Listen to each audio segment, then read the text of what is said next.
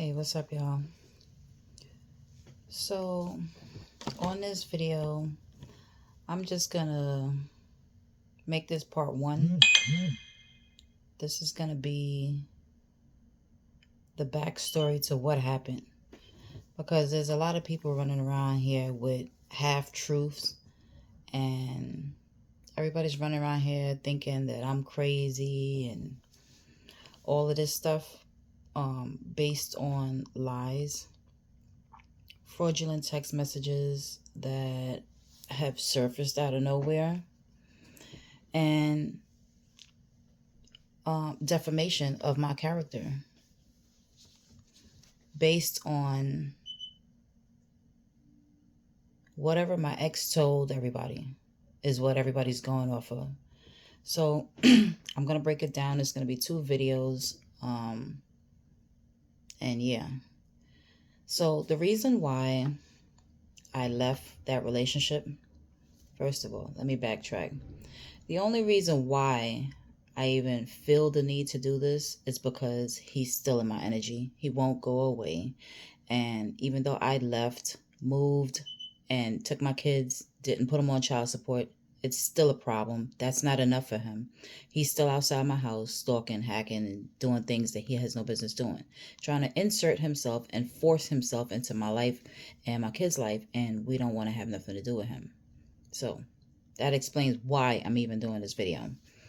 Now, the reason why I left the relationship is because I found out that he cheated with my neighbor 2 doors down. I found out that him and her was doing voodoo on me and my kids. I found out that he was hacking into things he has no business hacking into, like my phone. Before he left, he had my phone tapped for some reason. I found out he had pictures of me and my children's social security card in his phone. Like, shows motive to whatever it was he was about to do. But these are things that I caught. I found out that he was in a relationship with supposedly his brother, that he tells everybody, his man's, Cody, whatever. So yeah, he already knows how I felt. Throughout the years, we always had one particular conversation, and he knows my limits when it comes to being in a relationship with a man and a woman, and the man is lying about being in a relationship with another man. That has always been my deal breaker, as well as having a baby outside of the relationship. Those were the 2 things that I refused to put up with. I refused to deal with, and that's where the buck stops there. So to me, he has violated both of those, and I left. I don't see what the problem is. I don't see why he's paying all these people to do things to me, to try to unalive me, in hopes to get the children. The children wouldn't be better off with him, period. He was not a father when he was in the relationship, and I don't expect him to be a father outside of the relationship.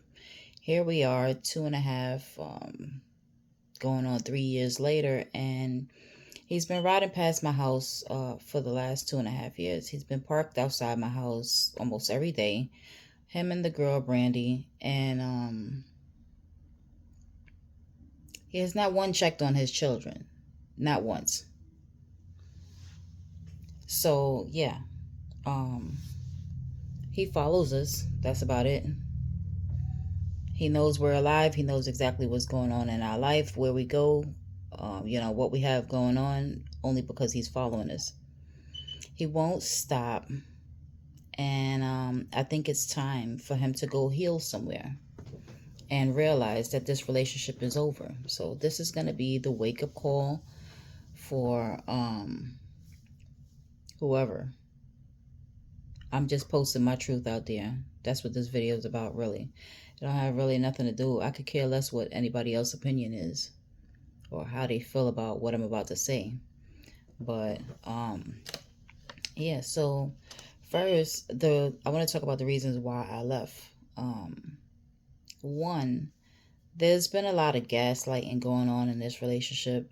There's been a lot of lies, a lot of cheating, a lot of infidelity, period. He's been caught several times throughout the years, whether it be with people, friends that I've known, or paperwork being popped up about him going to the free clinic in Brooklyn, whatever, whatever. Like, it's just a whole shit show, pretty much. I left because I finally gained the strength to leave. Originally, the whole time I was in this relationship, he had me feeling like I needed him when in all reality, I never needed him. I was the one paying the bills. I was the one taking care of the house. I was the one preparing the meals. I was the one bringing the meals in the house. I was the one taking care, everything. His car was under my name, truck, whatever, license plate, insurance, toll, easy pass, everything was under my name. He was literally like my sixth child. And I got to the point where I didn't want to come home no more. There would be so much manipulation, so much stress. Like, it was always arguing. He was threatening my two oldest kids to kill them. He was threatening me if I ever left him. I've been raped several times in this relationship. I got raped, got pregnant, and tried to go have an abortion. And he broke the doorknob, so I couldn't get out the house the day I was supposed to have went to Planned Parenthood. So a lot of things went on that I don't see why everybody jumped on this bandwagon to come for me when I've been the victim for 20 years. Literally. We've been together for since 2006, 7, 8, no, since 2008, all the way to 2023. And then out of the relationship, here we are almost 3 years later. I'm still dealing with the emotional abuse. I think it's time for him to move on. All the things that he's done is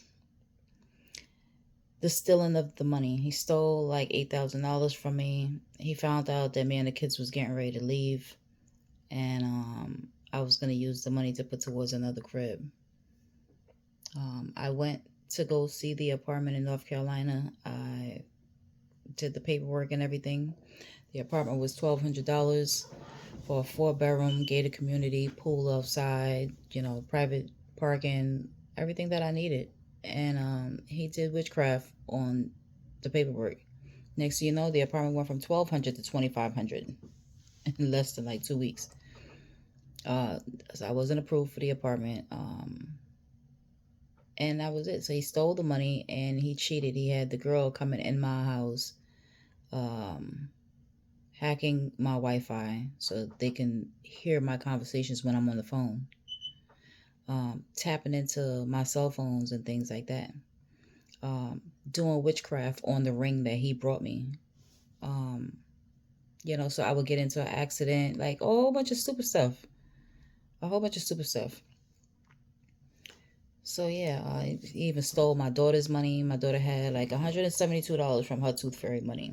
And this is money that I've given her, every time she loses a tooth, I'll give her like $20, $30 here, there, whatever. And it would just add up. And he stole that. Then it started with the cloning of, no, first it was the following. He started following me. First, after I kicked him out, I started to notice that his truck was spinning around the block at like 6 in the morning. What are you doing spinning around the block? And then I got to take my kids to school. Then when I would come back from dropping the kids off to school, I would see his car going slowly across the corner, like stupid stuff. I had to abruptly leave my apartment because he kicked my door in. He had the police kick the door in. I don't know for what. what type of police this was. I just know my neighbors are telling me that these people had NYPD uniforms on that did it. So he's been invested in fucking my life up from the time I met him. From the time I met him in 2006. We started messing around in 2008, the ending of 2008. By 2010, I was already under identity theft. This was his motive. And as I think about it, at the beginning when I first met him, he would insert himself into places that I would be at. How he knew I was there? He probably hacked my phone back then too, and I didn't know. Because every time I would be like, I'm running up the steps for like a train or something like that, he would be at the top of the steps. If I'm coming out the building, he would be outside the building or just casually walking by. Oh, there you go. So for the women that are actually interacting with this man or in any men, you got to pay attention to the signs, yo, because these men are like so sneaky, it don't even make no sense. They would do things and you would think like it's normal, but it's not even normal. It's like clearly something's wrong with you mentally. But so yeah, things started adding up. First it was I kicked him out in May. By June, one of my credit cards closed. By July, another one of my credit cards closed. By September, my son's SSI money started being disappeared, like out of his account. And I'm like, what? It got to the point by February, they took the whole SSI check. His deposit literally came on the 1st. By the 15th, I decided I was going to go buy him some clothes. I think I spent probably like $175 on his clothes. And the rest of it disappeared. I never got that back. This man has been not only stealing, lying, defaming my character, like walking around here with fake text messages telling people that I'm still in contact with him, that I'm still talking to him, that we're still together, we still messing around. They're all lies, lies, lies, lies, lies. Lies. I've moved on since May of 2023. I have not sat in a room with him unless it was for court on August 4th of 2023, which is when I got my first order of protection. Because I seen that something really wasn't right with him. Like the cuckoo started coming out and it was exploding. And then again, I think in the end of 2024, we had another court date, and then recently we just had like 2 court dates in 2025, August 5th and 9/11, and then last week I had another court date with him. Other than that, we do not have any interactions. He cannot contact me. There's an order of protection. I have one for criminal court, one for family court, and the state picked up one. So that's to show you that he's blocked everywhere. So everything that he's been telling y'all about, me still being with him, me still, sleeping with him, whatever, me still having any communications with him is a lie. It's a lie.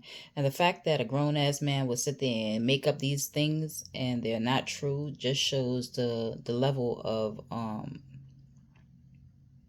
the mental illness is what it shows. So I'm going to continue this video on part 2 because it was a lot of stuff. Like he was trying to get into the Fire Stick, he was trying to get into the kids' PlayStation, anything that he think that I linked my credit card to, my bank card to. He even tried to hack into my Walmart account. Like all of this stuff I got receipts on, my Target account. Like this is crazy. It's been too much. And as far as for me to keep my sanity, he needs to be out of my life. And even though I have him blocked all around the board and he cannot come nowhere near me, he cannot even pop up his head nowhere near me, he's still outside my house.